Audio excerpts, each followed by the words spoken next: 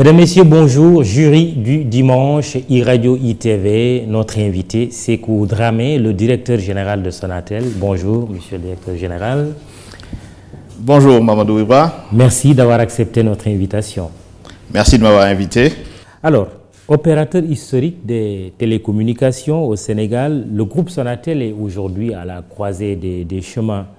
Son histoire, son évolution, son positionnement stratégique dans un secteur des télécoms où il doit faire face à ses concurrents, mais aussi Sonatel et son partenaire stratégique Orange.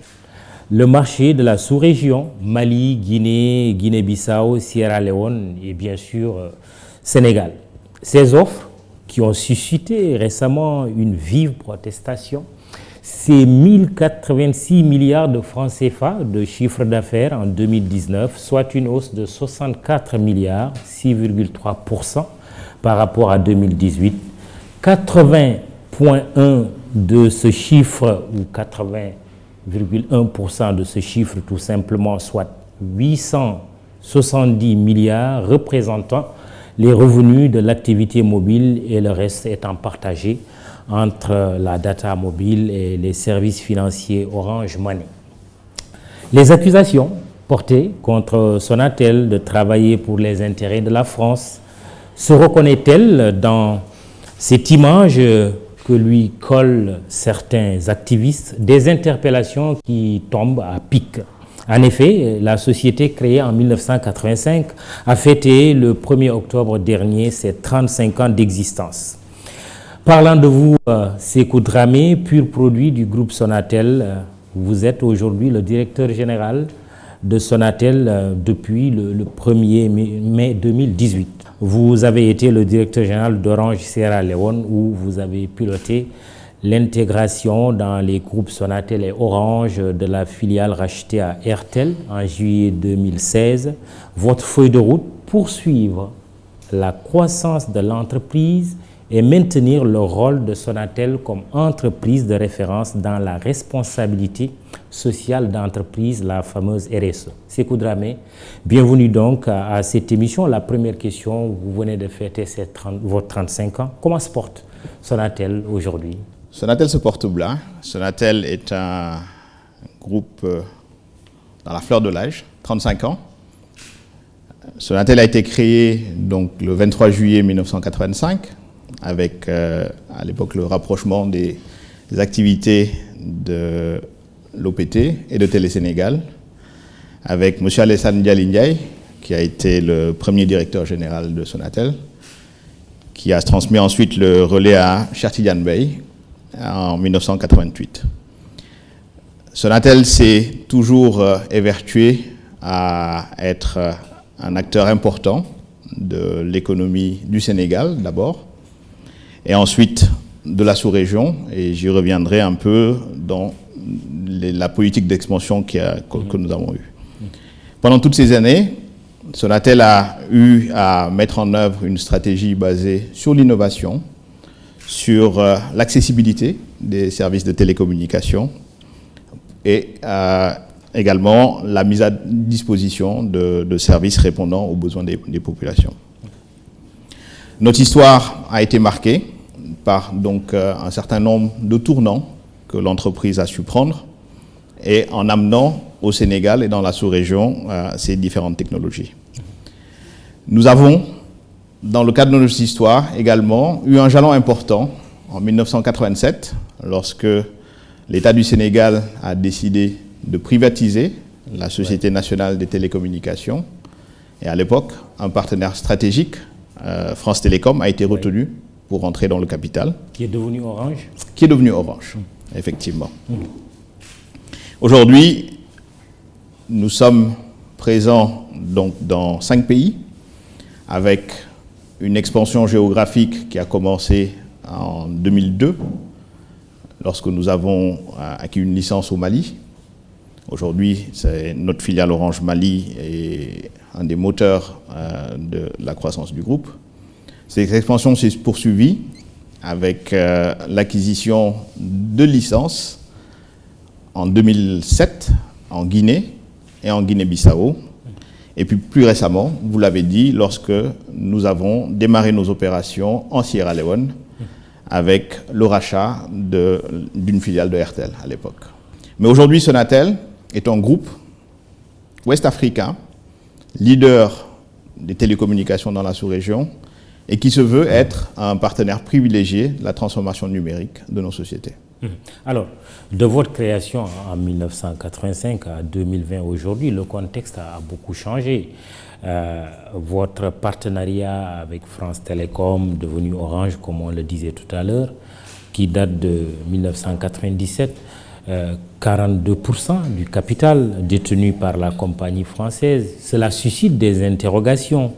Ce partenariat est perçu comme déséquilibré à l'avantage d'Orange. Certains parlent même de perte de souveraineté du Sénégal à travers Sonatel. Que répondez-vous? Je voudrais déjà revenir sur le contexte dans lequel ce partenariat a été mis en place. Je le rappelle donc, l'État du Sénégal avait décidé en 1997 de privatiser la Sonatel, qui était donc l'opérateur historique au Sénégal, et de faire appel à un partenaire stratégique pour accompagner le développement de l'entreprise. Et c'est dans ce contexte que France Télécom avait été retenu. Ce partenariat, c'est un partenariat dynamique qui évolue, déjà qui est évalué tous les 3 ans. Il est formalisé dans le cadre d'une convention de coopération entre la Sonatel et Orange.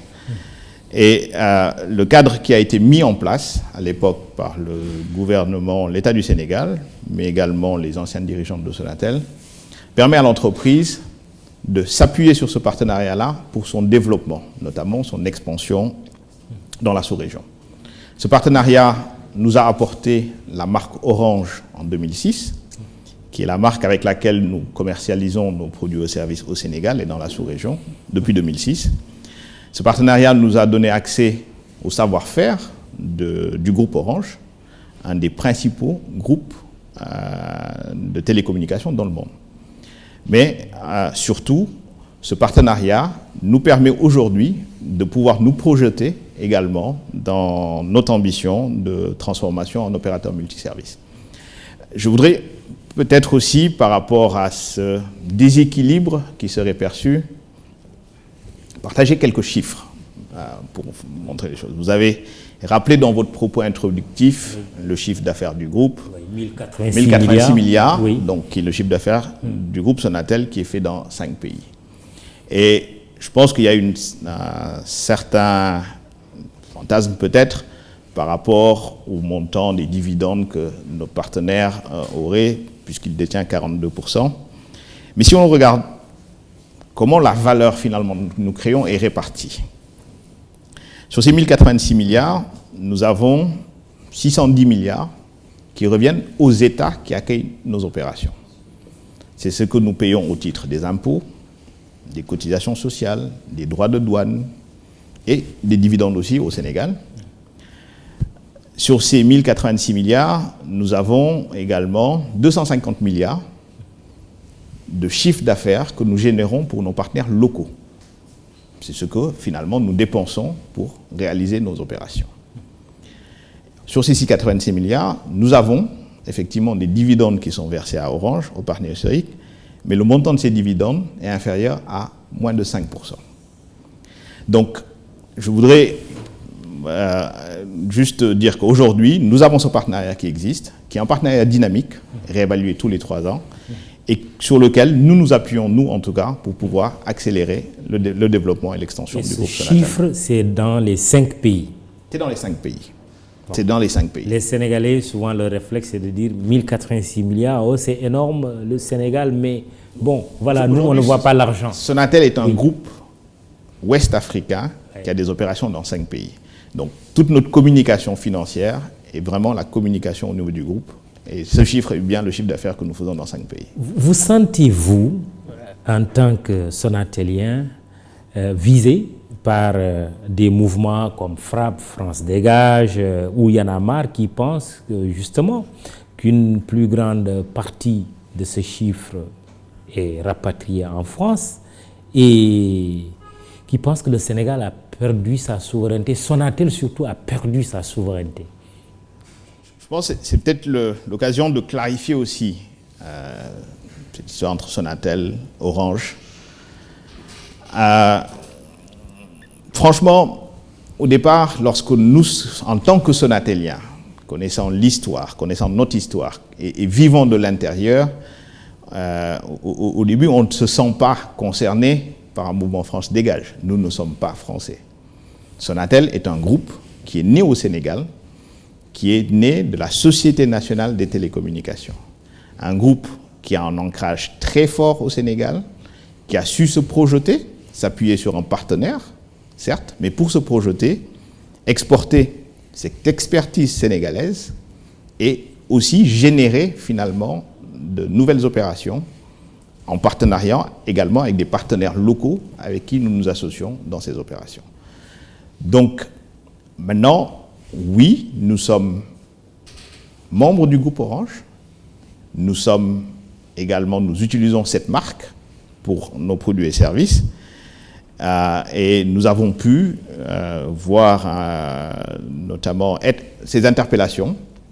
Mais ce que nous rappelons, c'est que, encore une fois, nous sommes un groupe ouest-africain qui est né au Sénégal et qui a un ancrage qui reste au Sénégal et en Afrique de l'Ouest. Quel argument fort mettriez-vous sur la table face à quelqu'un qui dit « je me désabonne de Sonatel parce que c'est une entreprise française ».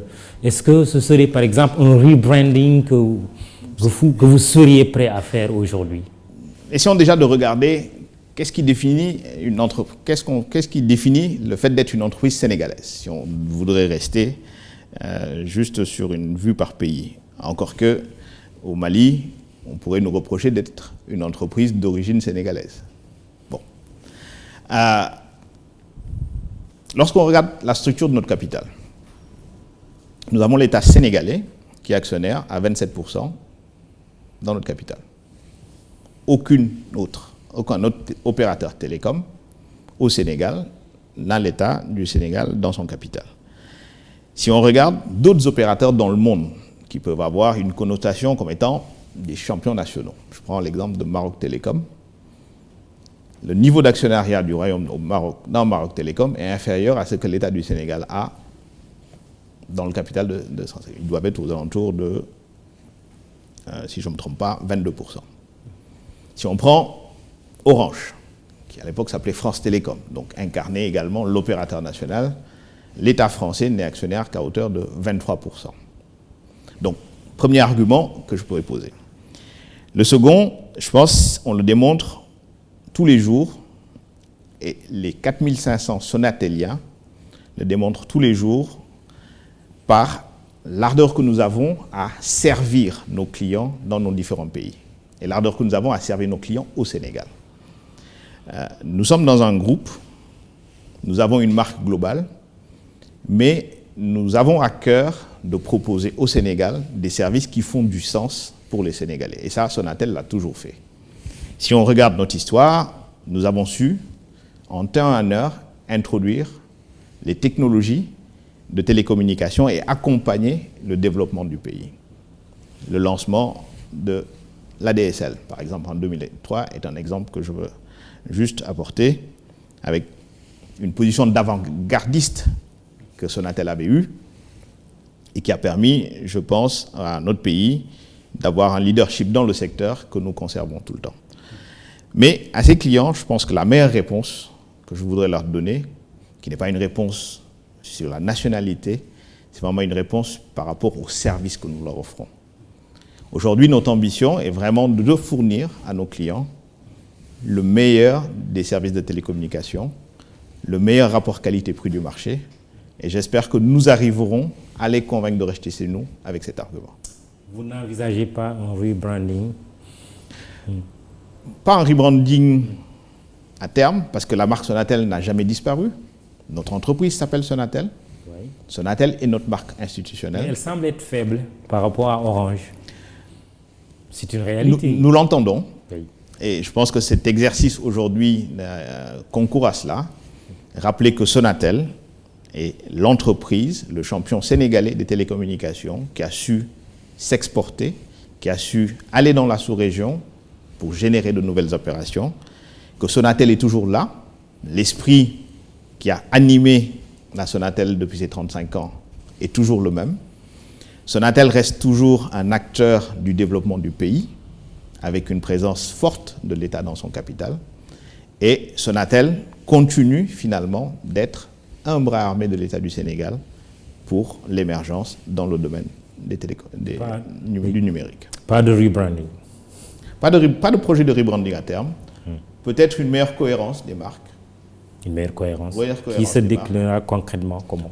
Je pense que vous avez pu le voir nous assumons de plus en plus d'avoir les deux marques présentes.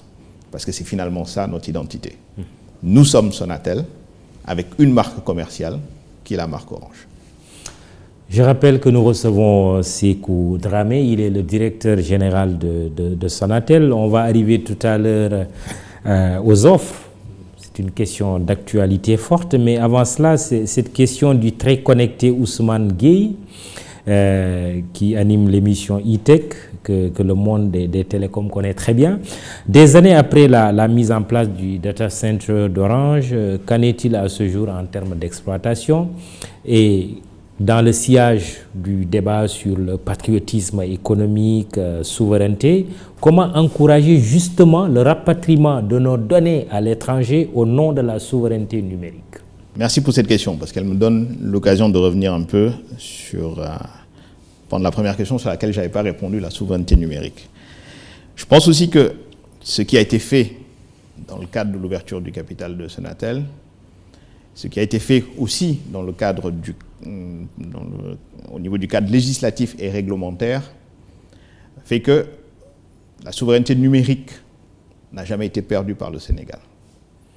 L'État du Sénégal a eu à cœur de rester présent dans le secteur, a eu à cœur d'accompagner l'ouverture de la concurrence et donc l'appel finalement à des capitaux étrangers pour développer le secteur, de poser un cadre qui permettait de le faire et d'avoir mis, en plus du pouvoir législatif, une autorité chargée de contrôler tout cela. Aujourd'hui, au niveau de la Sonatel, nous avons toujours eu à cœur aussi d'avoir la maîtrise finalement de nos infrastructures, mais également du savoir-faire pour assumer pleinement les responsabilités et la délégation de services publics que l'État nous a donné. Si on regarde notre histoire, l'évolution de cette nouvelle technologie, et ça n'a pas commencé à la création de Sonatel. Récemment, le ministre Alassane Diallo Ndiaye me rappelait qu'il avait eu à cœur de mettre en place une équipe de techniciens sénégalais capables d'assurer l'exploitation. Et cette première souveraineté, elle est à ce niveau-là, la capacité d'assumer la responsabilité, d'exploiter les réseaux et télécommunications. Et en cela, Sonatel a été toujours présent avec une stratégie de développement de son capital humain par les recrutements, par la formation. Lui, Alassane Diallo, vous a interpellé récemment, d'ailleurs, avec Maram Kairé, l'astronome, sur la station. J'y reviendrai, oui. J'y reviendrai, si vous le permettez. Mais sur cette souveraineté numérique, je pense qu'aujourd'hui, nous avons également, donc, dans le cadre de cette mise en place des infrastructures, posé un jalon avec ce data center. Puisque un des enjeux est justement la localisation des données, mais pas que. Et je pense qu'aujourd'hui, nos États en ont pris conscience. On voit l'évolution des différentes législations qui font que, de plus en plus, cette souveraineté numérique est également exprimée par les États avec peut-être des contraintes de localisation. Et en ce sens, le data center que nous avons mis à Rufisque est un outil qui devrait le permettre. Rapatrier les données. Rapatrier les données, en tout cas au Sénégal ou dans un espace plus cohérent, CEDEAO, dans l'UEMOA. Et nous voyons d'ailleurs ce mouvement avec de plus en plus de banques qui nous sollicitent dans le cadre de leur mise en conformité pour pouvoir héberger les données dans ce data center. Y a-t-il un délai que vous vous êtes fixé? Pour le rapatriement. Nos données n'ont jamais été à l'étranger. Ah bon? Pour le Sénégal, en ce qui concerne les données Sonatel. Ah oui, le sentiment c'est que toutes nos données nos données n'ont jamais été en dehors des pays, parce que la législation qui s'impose aux opérateurs de télécommunications est plus contraignante. Elle ne date pas seulement de la nouvelle législation sur les données personnelles. Donc, Maintenant, en ce qui concerne, nous avons plutôt mis un outil au service des organismes qui leur permettent aussi d'aller dans ce sens. Mais cette souveraineté numérique, c'est peut-être au niveau de la valeur qui est créée en termes de contenu, en termes de services. Et aujourd'hui, nous nous rendons bien compte que cette valeur, elle est concentrée en dehors de nos pays par des acteurs globaux.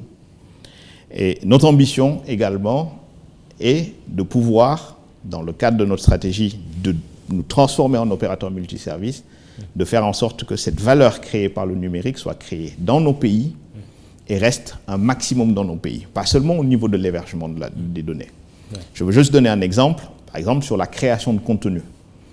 À Sonatel, depuis plusieurs années, nous sommes dans cette dynamique de favoriser cette création de contenu avec des initiatives qui sont lancées pour détecter des talents, supporter de la production, nous positionner sur la diffusion de ces contenus, notre plateforme VOD, ouais. Nous avons d'autres projets dans ce sens. Et cette souveraineté numérique, c'est aussi cela. Et enfin, la souveraineté numérique, c'est aussi dans le cadre de cette capacité à assumer, à ne pas dépendre des autres pour faire, la formation. La formation, nous avons posé des initiatives, nous, avec Sonatel Academy, mais je pense que nos États devraient accompagner cette formation des jeunes dans ces domaines du numérique pour que nous puissions maîtriser finalement toute cette chaîne de valeur. En termes de sécurité, intelligence artificielle, Internet des objets, c'est autant de domaines où nous ne pourrons assumer cette souveraineté que si nous sommes capables aussi d'assumer en formant les jeunes dans ces nouveaux métiers. Le directeur général de Sonatel, invité du jury du dimanche, iRadio, ITV, la question relative maintenant à vos dernières offres, vous avez rencontré vendredi le mouvement Y en a marre, SOS Consommateurs et Team Boycott Orange. Ces organisations protestent contre vos dernières offres Illimix Moi. Je rappelle ces offres 4 500 et 7 500 devant remplacer l'offre Illimix Moi 1900 francs et 5 900. Après cette rencontre, qu'est-ce qu'on peut retenir? Vous irez dans le sens de revenir sur ces offres? Alors, je voudrais déjà rappeler le contexte dans lequel ces offres ont été mises. Et avant cela, aussi, vraiment remercier ces associations de consommateurs. Nous nous étions engagés à poursuivre le dialogue avec elles après le lancement de nos offres, parce que l'écoute, finalement, des parties prenantes est extrêmement importante pour nous et fait partie de notre façon de faire. Nous avons pu profiter de ces occasions, déjà pour clarifier le contexte dans lequel ces offres ont été lancées.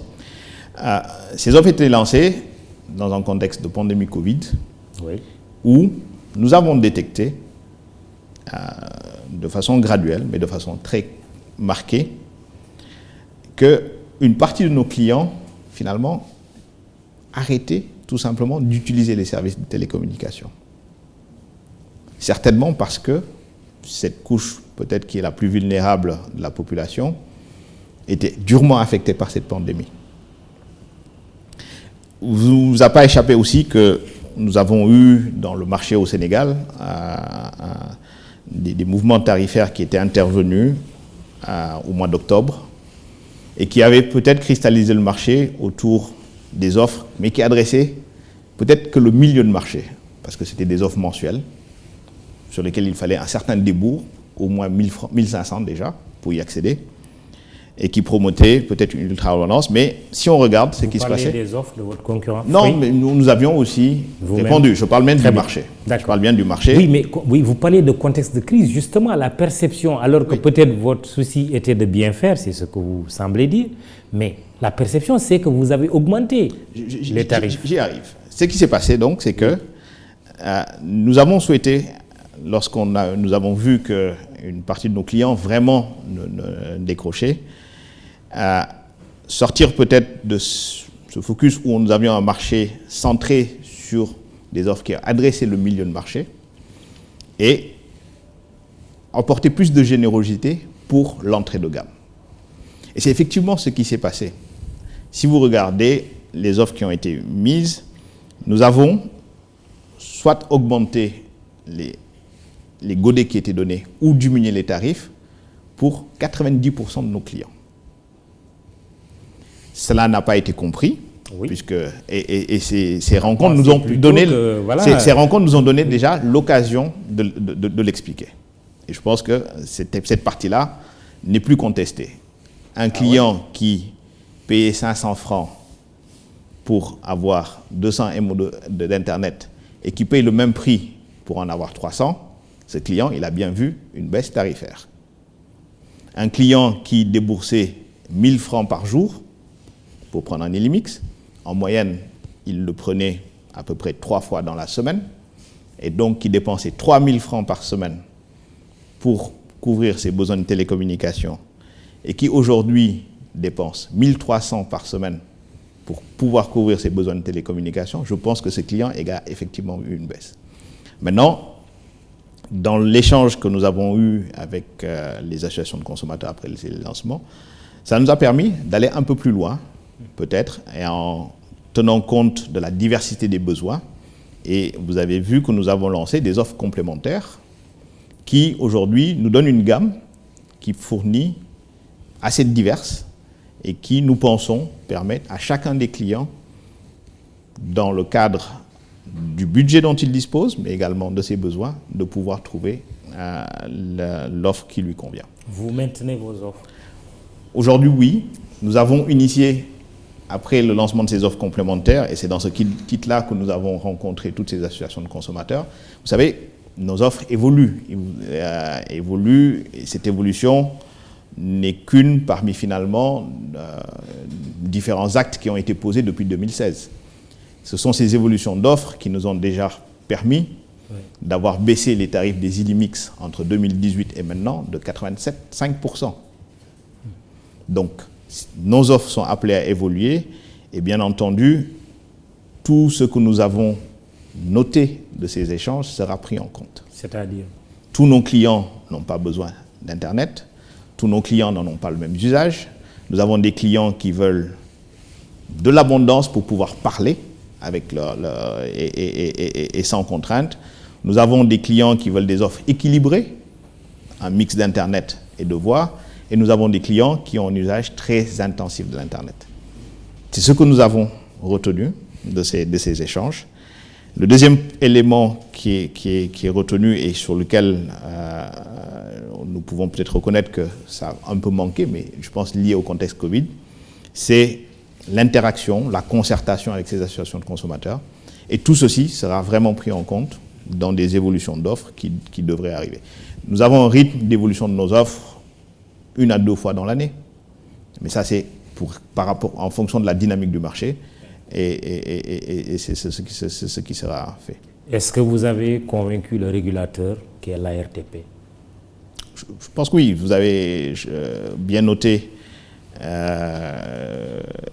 après l'intervention du régulateur, le régulateur, les offres complémentaires ont été soumises au régulateur. C'est l'occasion d'ailleurs pour moi de vraiment remercier le directeur général de l'ARTP pour son implication pour que nous puissions sortir par le haut de cette crise et l'accompagnement qui ont été faits. Sur toutes nos offres sont soumises et approuvées par le régulateur et nous avons eu durant le mois d'août vraiment des échanges très constructifs qui nous ont permis de proposer cette nouvelle gamme.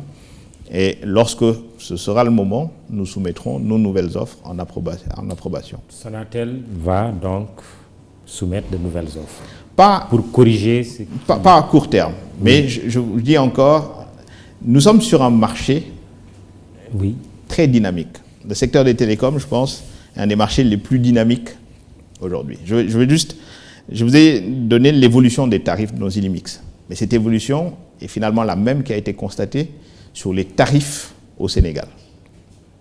Si on prend les tarifs de communication ou les tarifs d'Internet au Sénégal, entre 2016 et maintenant, ils ont baissé au moins de 80%. Nous n'avons aucun secteur de l'économie qui a de telles baisses de tarifaires. Le secteur des télécoms est un secteur très dynamique, avec plusieurs acteurs, une concurrence réelle.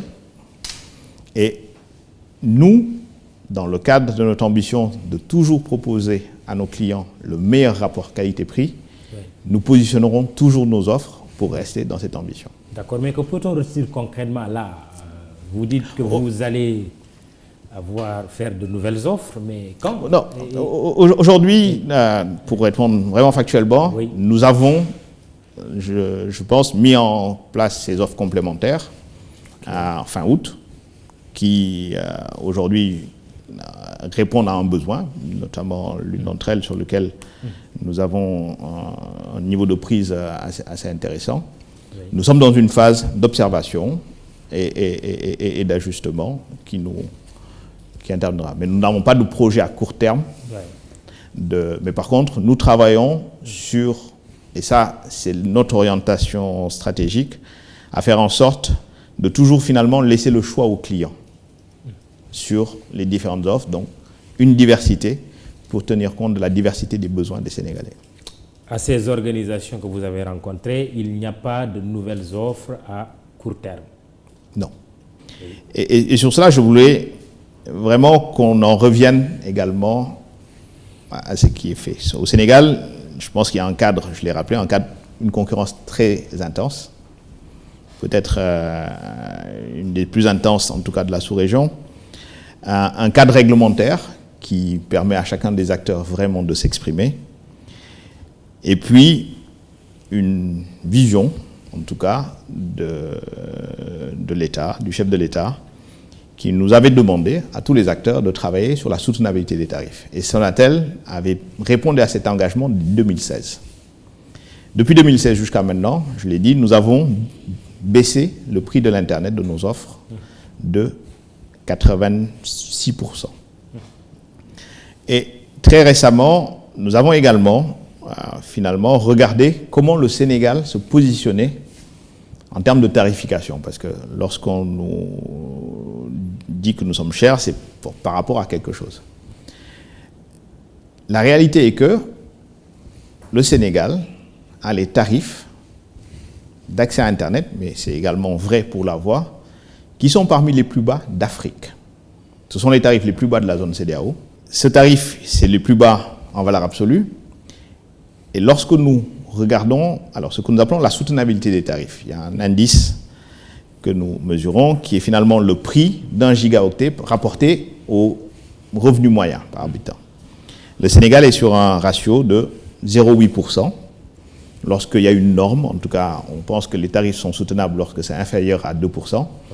Et si on regarde un panel de 22 pays africains, dans lesquels nous avons le Nigeria, l'Égypte, le Maroc, la Tunisie, donc ce n'est pas seulement des pays de notre sous-région, il n'y a que 3 pays qui peuvent avoir un indice de soutenabilité plus bas que le Sénégal. Et ces pays, la raison essentielle, c'est que le niveau de vie est plus élevé.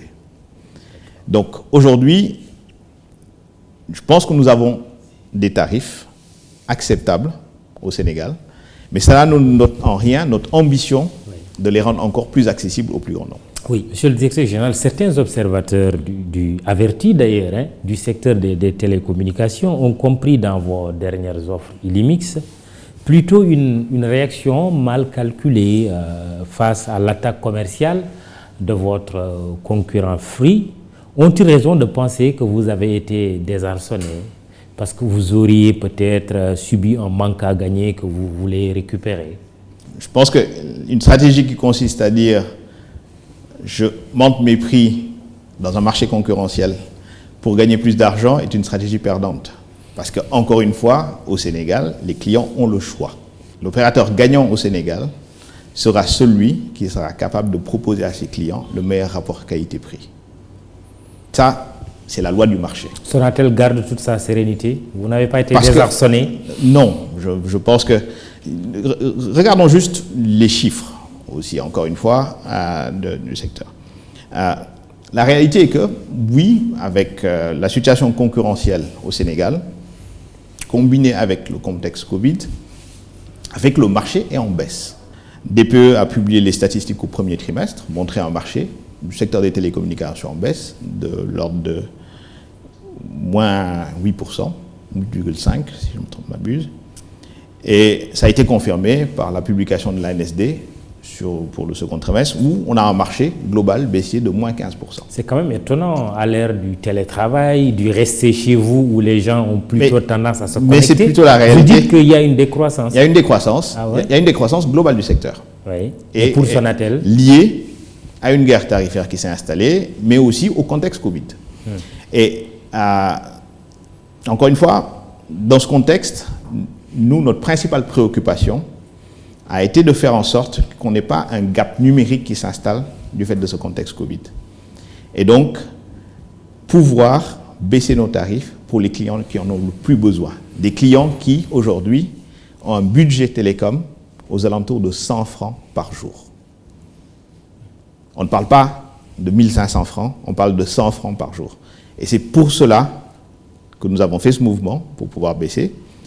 Et donc, ce serait très court-termiste de penser et récupérer une perte de chiffre d'affaires liée à ce contexte de pandémie, parce que nous ne serions pas sur le meilleur rapport qualité-prix. Et aujourd'hui, c'est bien notre ambition. Sonatel va enregistrer une baisse de son chiffre d'affaires en 2020. Sonatel, comme toutes les entreprises, a été affecté par la Covid. Ça me permet de revenir sur votre point qui nous dit, certes, nous avons eu une utilisation accrue de nos réseaux. Mais s'il faut voir que dans le contexte du rester chez vous, l'essentiel du trafic, de ce trafic pour Internet, passe par des lignes fixes avec une tarification forfaitaire. Donc concrètement, pour l'opérateur que nous sommes, c'est beaucoup plus de trafic à écouler, des charges qui ont augmenté, des investissements supplémentaires qu'il a fallu faire pour écouler correctement ce trafic, avec une progression des revenus bien moindre, puisqu'on était sur une tarification forfaitaire. Mais le deuxième élément, je pense, qu'il faut noter, c'est que cette crise a été tellement globale, tellement marquée, qu'aucun secteur ne peut dire qu'il n'en a pas été affecté. Le secteur des télécommunications, bien sûr, a eu un impact bien moindre que ce que d'autres secteurs ont pu connaître. Mais aujourd'hui, on ne peut pas avoir les opérateurs au Sénégal sourire quand tous leurs clients sont affectés par ce contexte Covid. Cette baisse sera de l'ordre de combien? Nous publierons les résultats. Étant une société cotée, nous avons un certain formalisme sur la publication des résultats. Mais l'anticipation, oui, est bien une baisse du chiffre d'affaires. Maintenant, comme toute entreprise, l'ordre de attendons la publication à la bourse, et il faut aussi respecter ce formalisme réglementaire. On ne peut pas aujourd'hui annoncer. Mais ce que je voulais rajouter, c'est que comme toute entreprise, nous avons aussi pris des mesures d'ajustement, bien sûr, et une bonne partie quand même de ce retard sur le chiffre d'affaires sera compensée par des mesures d'économie que l'entreprise a mises en place, en fait, dans toutes les opérations du groupe d'ailleurs. Évoluons un peu. Je rappelle que le jury du dimanche reçoit e-radio ITV. Contexte de crise, résilience, relance. Vous avez assisté au conseil présidentiel consacré à la relance économique, mais aussi à l'adoption du PAP 2A. Et dans les priorités, il y a la transformation digitale. Dans quelle mesure le secteur des télécommunications pourrait contribuer à la relance, lui qui est déjà impacté?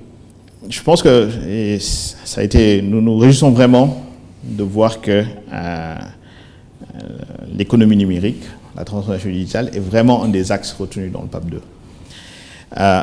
Aujourd'hui, nous avons pu voir, dans ce contexte de pandémie, que beaucoup d'usages, le numérique finalement, et les télécommunications ont permis que beaucoup d'usages qui étaient peut-être restreintes par les restrictions de déplacement, les restrictions des contextes physiques, ont pu être déportés sur du numérique. Nous notons que beaucoup d'organismes, finalement, sont dans une phase d'accélération à ce niveau-là. Cela nous a conduit, nous, malgré l'impact que nous avons eu, malgré incertitudes qu'on pourrait avoir sur cette pandémie, à maintenir nos investissements. Nous les avons déjà, pour certains, réalisés pour écouler le surcroît de trafic, un trafic qui a haussé de l'ordre de 30% pendant la période. Et tout récemment, vous avez vu que nous avons lancé un emprunt obligataire de 100 milliards pour nos investissements au Sénégal. Et là, ce n'est pas au niveau du groupe, je précise que c'est au Sénégal. Nous avons la conviction que la connectivité que nous fournissons, elle est essentielle dans cette transformation numérique. Mais ça, c'est le travail peut-être que nous faisons depuis. Mais cette transformation numérique nécessite que cette connectivité puisse être enrichie. Enrichie d'abord sur l'aspect sécurité. Donc c'est aussi tous les investissements que nous faisons. C'est ce que nous avons mis dans notre data center. Le data center, ce n'est pas seulement un bâtiment, mais il y a toute la sécurisation, les résiliences qui sont faites, mais la sécurisation aussi de l'information qui est stockée. Elle est enrichie aussi par rapport à tous ces produits multiservices que nous pouvons fournir. Je peux donner l'exemple d'Orange Money, qui dit interaction digitale, dit moyen de paiement digital. Orange Money, notre ambition est vraiment de le mettre à la disposition de l'écosystème numérique, mais de tous les organismes, pour qu'elles puissent participer à cette transformation. Et demain la banque, et demain la 5G.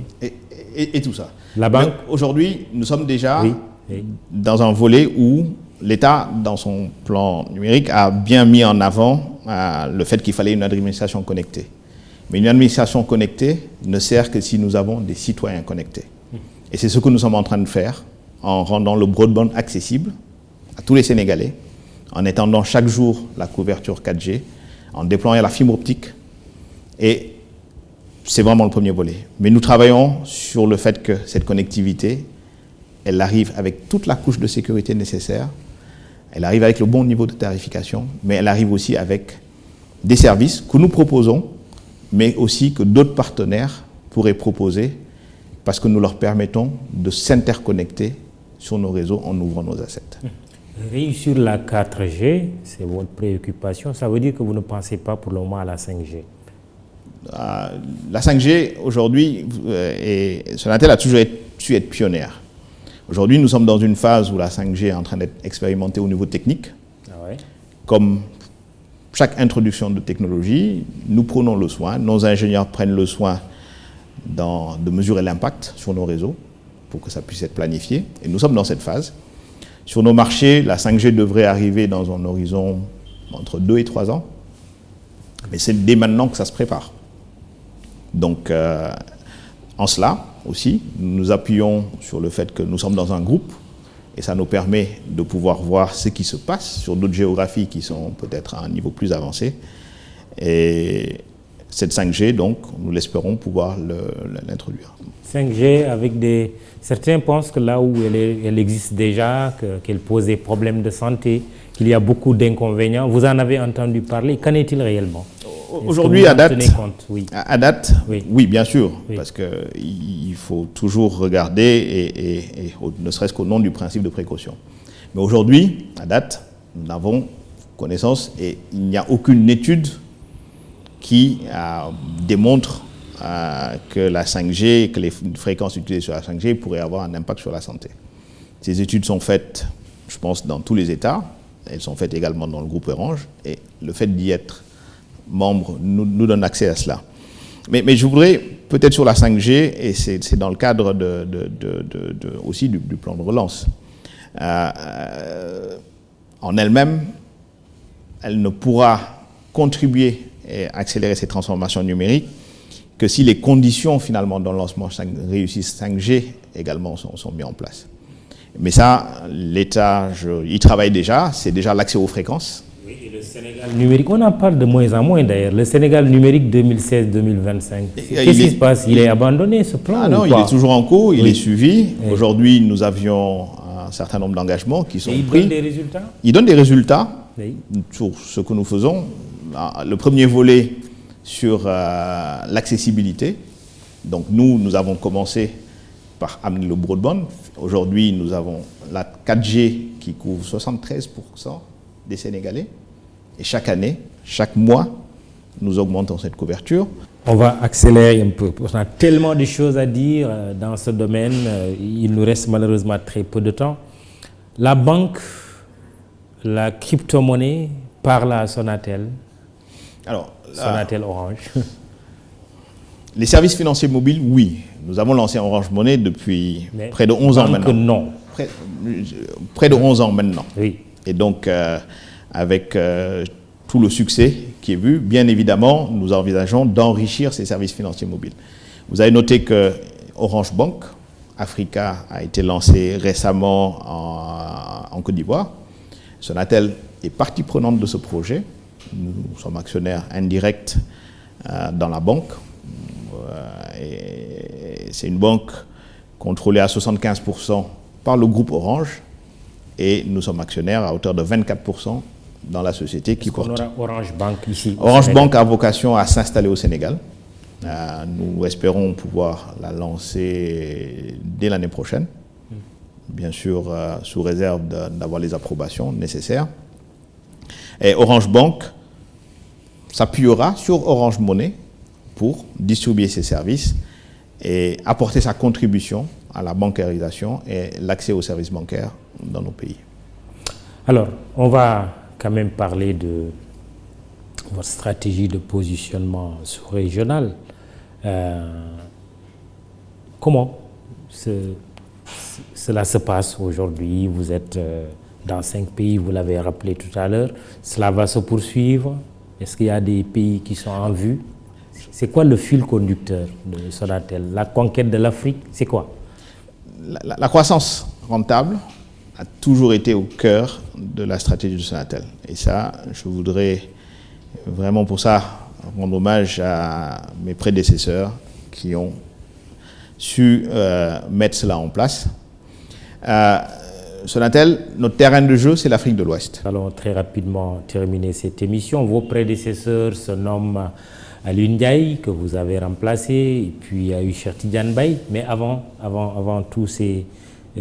ces deux-là, un certain Alassane Dialy Ndiaye qui vous a adressé une lettre en compagnie du président de l'association sénégalaise d'astronomie, Maram Kairé, disant que vous n'avez pas peut-être le droit, je le dis comme ça, de détruire l'antenne de la station de Gandoul. Vous l'avez rencontré?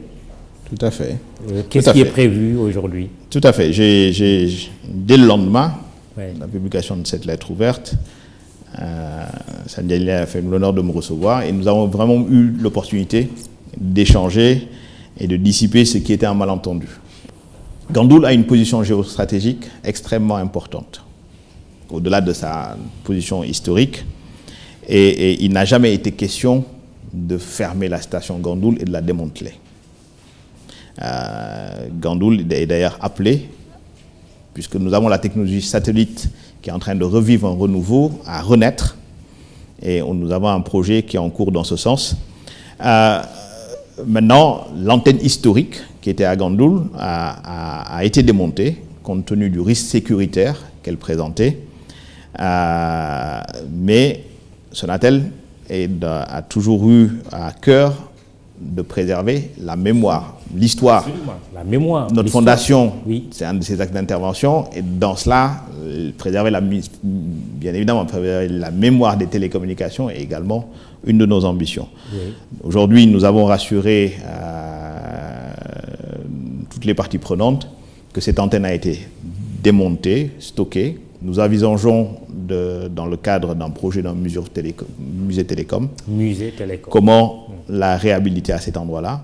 Mais déjà, compte tenu de la dimension historique de Gandoul, dans le projet de restauration, de rénovation qui est en cours, une partie aussi de la mémoire historique de Gandoul sera préservée dans le site. Et donc, ça m'a donné l'occasion, vraiment, cet échange avec M. Alassane Dialy Ndiaye, de revisiter aussi, à travers ses propos, l'histoire de notre entreprise, de mesurer finalement le legs qui nous a été laissé, puisque Sonatel d'aujourd'hui, c'est le fruit finalement de l'investissement de tous ces anciens Sonateliens qui se sont succédés, qui ont eu à cœur vraiment de rendre la technologie accessible, d'abord aux Sénégalais et ensuite à toutes les populations de l'Afrique de l'Ouest. Ce legs, nous le mesurons tous avec les Sonateliens d'aujourd'hui, et c'est une motivation supplémentaire finalement pour aussi aller de l'avant et d'être en mesure de transmettre, lorsque le moment sera venu, le flambeau à une nouvelle génération de Sonateliens qui continuera, j'en suis persuadé, à être au service du développement de nos pays. On va écouter quelques auditeurs vous interpeller justement sur Sonatel Orange. On les écoute. Bonjour, monsieur le DG. La Sonatel n'est-elle sénégalaise que de nom? On dirait une société française. Et à quand un opérateur local sera considéré et respecté dans ce pays? Mamadou Touré Kane maa ngi lay nuyu di nuyu sa invité bi di ko laaj lu tax maanaam seen tarification yi seer quoi ci internet bi ak appel yëpp quoi. Comment comprendre la fibre optique? Une partie de la banlieue dakaroise n'ont pas l'ADSL, a fortiori la fibre. Qui est responsable, la Sonatel ou Orange? On commence par la dernière question, la fibre optique justement. La fibre optique est présente, on la déploie au Sénégal, également au Mali depuis 2017.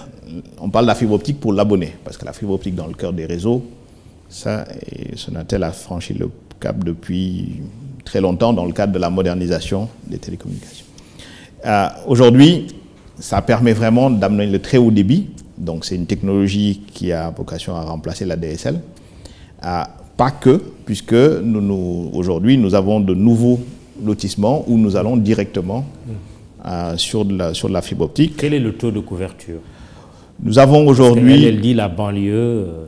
voilà. Nous sommes sur un déploiement oui. vraiment progressif. La fibre optique est à Dakar. Oui. Nous sommes en train également de la déployer à banlieue, mais nous avons lancé le service à Saly, Hambourg, Touba, Thiès, Saint-Louis, et chaque année, dans le cadre de notre programme d'investissement, de nouvelles localités seront mises en œuvre. Maintenant, pour pouvoir apporter ce haut débit fixe, nous appuierons sur un mix de technologies. Aujourd'hui, déjà, dans certains endroits où nous n'avons pas la fibre optique, nous sommes en capacité de produire de l'Internet fixe très haut débit en utilisant la 4G.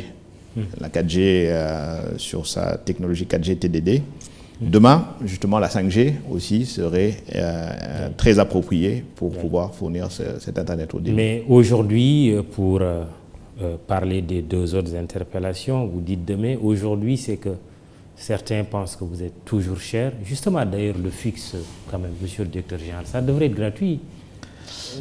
Mais il me semble que vous gagnez de l'argent dans l'entretien de... Rien n'est gratuit. Oui. C'est toujours payé par quelqu'un et c'est toujours payé quelque part. Oui. Aujourd'hui, le fixe. Aujourd'hui, on lui dit gratuit, c'est peut-être forfaitaire, mais nous sommes déjà sur la forfaitisation du fixe. Si vous prenez un accès Internet ADSL, vous avez des minutes du fixe qui sont dedans avec un niveau de générosité qui n'est d'ailleurs pas atteint par nos clients. Donc, on est plutôt dans le monde de la convergence, parce que c'est aussi l'évolution des télécommunications, qui a une évolution d'abord technologique, mais aussi en termes de services. Oui.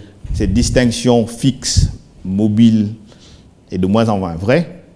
Au Sénégal, d'ailleurs, la majorité des Sénégalais se connectent à Internet en utilisant leur mobile.